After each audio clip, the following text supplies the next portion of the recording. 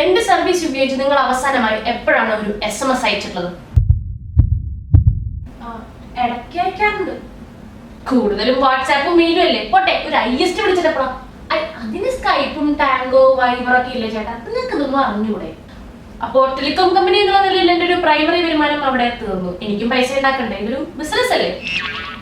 അപ്പൊ പിന്നെ ഇതല്ലേ ഉള്ളൂ ഒരു മാർഗം. എന്തുമാത്രം ഇൻവെസ്റ്റ്മെന്റ് ഉള്ളതാണ്. അതുകൊണ്ട് ഇനി തൊട്ട് നിങ്ങൾക്ക് ഇഷ്ടമുള്ള, ആവശ്യമുള്ള, ആക്സസ് ചെയ്യണമെന്ന ആഗ്രഹമുള്ള സൈറ്റുകൾ മാത്രം പൈസ കൊടുത്തെടുത്താൽ മതി. അപ്പൊ ഞാൻ ഫേസ്ബുക്കിൽ കണ്ടൊരു വാർത്ത സത്യമാണോ പറയാൻ ഗൂഗിൾ ചെയ്ത് നോക്കണമെങ്കിൽ അതിന് വേറെ പൈസ കൊടുത്തെടുക്കേണ്ടി വരും. സെർച്ച് എഞ്ചിൻ പാക്കേജ് ഉണ്ട്. വീഡിയോ കാണണോ, വാർത്ത കാണണോ, അതിന് വീഡിയോ പാക്കേജ് എടുത്താൽ മതി. യൂട്യൂബ് കാണാം, ഡെയിലി മോഷൻ കാണാം, എല്ലാം അതിൽ കാണാൻ പറ്റും. അല്ല, ഇത്രയും കാലം നിങ്ങൾ തന്ന 1GB എനിക്ക് ഇഷ്ടമുള്ളതൊക്കെ യൂസ് ചെയ്യാറുണ്ടല്ലോ, എന്ത് വേണമെങ്കിലും നോക്കാറുണ്ടല്ലോ. അത് മാറ്റണ കാര്യമുള്ളൂ ഇത്ര നേരം സംസാരിച്ചോണ്ടിരിക്കുന്നത്. പിന്നെ നമ്മുടെ കൂടെ നിൽക്കുന്ന കുറച്ച് കമ്പനികളുണ്ട്, അവർക്ക് നല്ല സ്പീഡ് കൊടുക്കും. അത് നിങ്ങൾക്ക് പെട്ടെന്ന് ആക്സസ് ചെയ്യാൻ പറ്റും. അല്ല പിന്നെ സിനിമ കുറ്റം പറയുന്ന സൈറ്റ് ക്യാഷ് വന്നാൽ മതി, സ്പീഡ് കൂട്ടാം. മറ്റവൻ ഇനിയിപ്പോ സിനിമ കണ്ടിട്ട് കുറ്റം പറഞ്ഞാൽ പോലും അവന്റെ സൈറ്റ് ലോഡാവാൻ പോകുന്നില്ല. ഇങ്ങനെയുണ്ട്.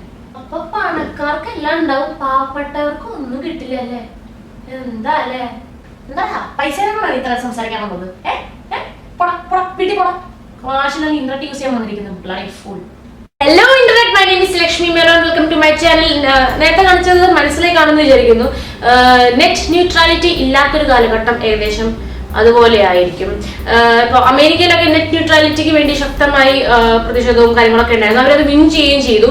നമ്മുടെ നാട്ടിൽ, ഇന്ത്യയിൽ ഇപ്പോഴാണ് അതിന്റെ ഒരു കൺസേൺസ് വന്നു തുടങ്ങിയിട്ടുള്ളത്. നമ്മളിപ്പോ അതിനെതിരെ ശക്തമായി നിന്നില്ലെങ്കിൽ ഇപ്പൊ എൻജോയ് ചെയ്തുകൊണ്ടിരിക്കുന്ന ഫ്രീഡം അത് ഇല്ലാതാവും. നമ്മുടെ നേതാക്കന്മാർക്കൊക്കെ അത് സപ്പോർട്ട് ചെയ്യാനേ താല്പര്യം ഉണ്ടാവുള്ളൂ. കാരണം ഇന്റർനെറ്റ് എല്ലാവരും യൂസ് ചെയ്യുന്നതിന്റെ ഭാഗമായി നമ്മൾ ഓരോരുത്തരും ഒരു ജേർണലിസ്റ്റിന്റെ റോളാണ് ചെയ്തുകൊണ്ടിരിക്കുന്നത്.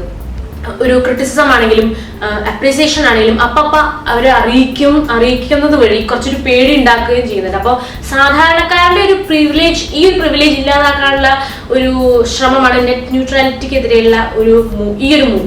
നെറ്റ് കുറച്ചുകൂടി സിമ്പിൾ ആയിട്ട് പറയുകയാണെങ്കിൽ, ഇപ്പൊ ചില രാജ്യങ്ങളിൽ ഇപ്പോൾ TV പാക്കേജ് നമ്മൾ എടുത്തു നോക്കുകയാണെങ്കിൽ, ചാനൽ പാക്കേജസ് എടുത്തു നോക്കുകയാണെങ്കിൽ, kids package, music package, news package, sports package, അങ്ങനെ ഒരുപാട് പാക്കേജ് ഉണ്ട്. അപ്പോൾ ഇപ്പൊ കിഡ്സ് പാക്കേജ് എടുത്തു കഴിഞ്ഞാൽ അതിൽ നമുക്ക് വേണ്ട HBO, സ്റ്റാർ മൂവീസ് അങ്ങനത്തെ ചില ചാനൽ ഉണ്ടാവില്ല. മാത്രമല്ല ഇപ്പോൾ കുറച്ചുകൂടി എന്താ പറയുകയാണെങ്കിൽ, ഇപ്പം ICC വേൾഡ് കപ്പ് നടക്കുന്ന സമയം അല്ലെങ്കിൽ FIFA വേൾഡ് കപ്പ് ഒക്കെ നടക്കുന്ന സമയമാണെങ്കിൽ നമുക്ക് ഓൾറെഡി സ്പോർട്സ് ചാനൽ പാക്കേജ് എടുത്തിട്ടുണ്ടെങ്കിൽ പോലും ചിലപ്പോൾ ആ ഒരു പ്രത്യേക സമയത്ത് സ്റ്റാർ സ്പോർട്സോ ടൈം സ്പോർട്സോ നമുക്ക് കിട്ടില്ല. അതിന് നമ്മൾ സെപ്പറേറ്റ് പൈസ കൊടുക്കണം. അപ്പോൾ ഈ ഓരോ പാക്കേജിനും നമ്മൾ സെപ്പറേറ്റ് പൈസ കൊടുക്കണം. ഇതാണ് നമ്മളൊരു കോമൺ ഇന്റർനെറ്റ് യൂസറിനെ ബാധിക്കുന്ന കാര്യം. ഇനി കമ്പനികൾ തമ്മിൽ വരുന്ന മത്സരങ്ങൾ എങ്ങനെയാണെന്ന് നോക്കാം. ഈ 3 വെബ്സൈറ്റുകളാണ് റെപ്രസെന്റ് ചെയ്യുന്നത്. അപ്പോൾ ഇവര് 3 പേരും ശരിക്കും പറഞ്ഞു കഴിഞ്ഞാൽ ഒരേ സ്പീഡിൽ ഇങ്ങനെ റോഡിൽ കൂടെ പോയിക്കൊണ്ടിരിക്കുകയാണ്. പെട്ടെന്ന് അവർ റോഡിൽ പോകുന്ന സമയത്ത് സ്റ്റോപ്പ് ആവും. കാരണം എന്താ? ഇത് നമ്മുടെ ഇന്റർനെറ്റ് സർവീസ് പ്രൊവൈഡേഴ്സ്, ISP അല്ലെങ്കിൽ ടെലികോം കമ്പനികൾ, എയർടെൽ, ഡോകോമോ, വോഡഫോൺ പോലുള്ള ടെലികോം കമ്പനികൾ സ്പോൺസർ ചെയ്യുന്ന ഒരു ചെക്ക് പോസ്റ്റ് അവരെത്താണ്. ഈ കാര്യം ഇത്ര നേരം റിവേഴ്സ് ഗിയറിലാണ് പോയിക്കൊണ്ടിരുന്നത്. അപ്പോൾ എന്താണെന്ന് വെച്ച് കഴിഞ്ഞാൽ, കാശ് കൊടുക്കാതെ പോകാൻ പറ്റുമോ? കാശ് കൊടുക്കാതെ പോകാൻ പറ്റില്ല. അപ്പോൾ നേരത്തെ തന്നെ പൈസ കൊടുത്തു വെച്ചാൽ മിടുമിടുക്കനായ വലിയ കാറുകാരൻ ആ വഴി ഇങ്ങനെ പോകും. പോണ പോക്കിൽ അവൻ വിളിച്ച് പറയുകയും ചെയ്യും, അവന്മാരെ പതുക്കെ ചെക്കിങ് കഴിഞ്ഞ് വിട്ടാൽ മതിയെന്ന്. ഈ പാവപ്പെട്ട 2 കാറുകാർ ഇവിടെ കിടക്കുകയും ചെയ്യും.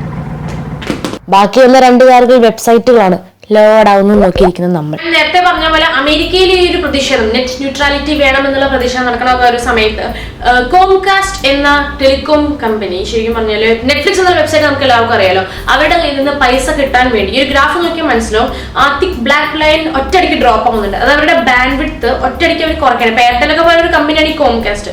അവർ ഒറ്റയടിക്ക് ആ ഒരു ബാൻഡ് വിഡ്ത്ത് കുറച്ച സമയത്ത് ഗ്രാഫ് ഒറ്റയടിക്ക് ഡ്രോപ്പ് ആയി. അതിനുശേഷം എഗ്രിമെന്റ് പറഞ്ഞാൽ പൈസ കൊടുത്തതാണ്. പൈസ കൊടുത്ത് ഷറേന്ന് പോകുന്നുണ്ട്. പറഞ്ഞു എന്താണെന്ന് വെച്ചാൽ അമേരിക്കയിലും പൈസ ഉള്ള ആൾക്കാർ തന്നെയാണ് വലിയ കാര്യക്കാര്.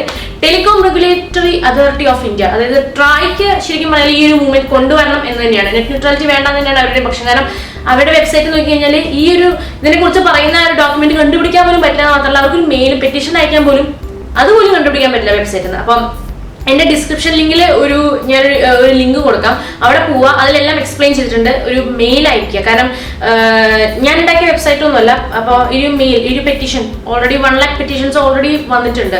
എയർടെൽ 0 ലോഞ്ച് എന്നുള്ള സംഭവം ഓൾറെഡി ലോഞ്ച് ചെയ്ത് കഴിഞ്ഞു.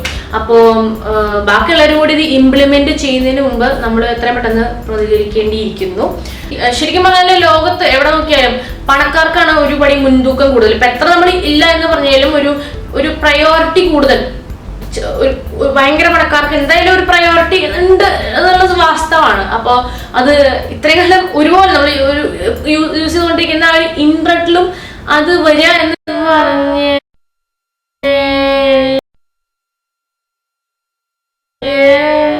വന്നിട്ടില്ല. വന്നു കഴിഞ്ഞാൽ ഏകദേശം ഞാൻ ഇങ്ങനെ ഇരിക്കും.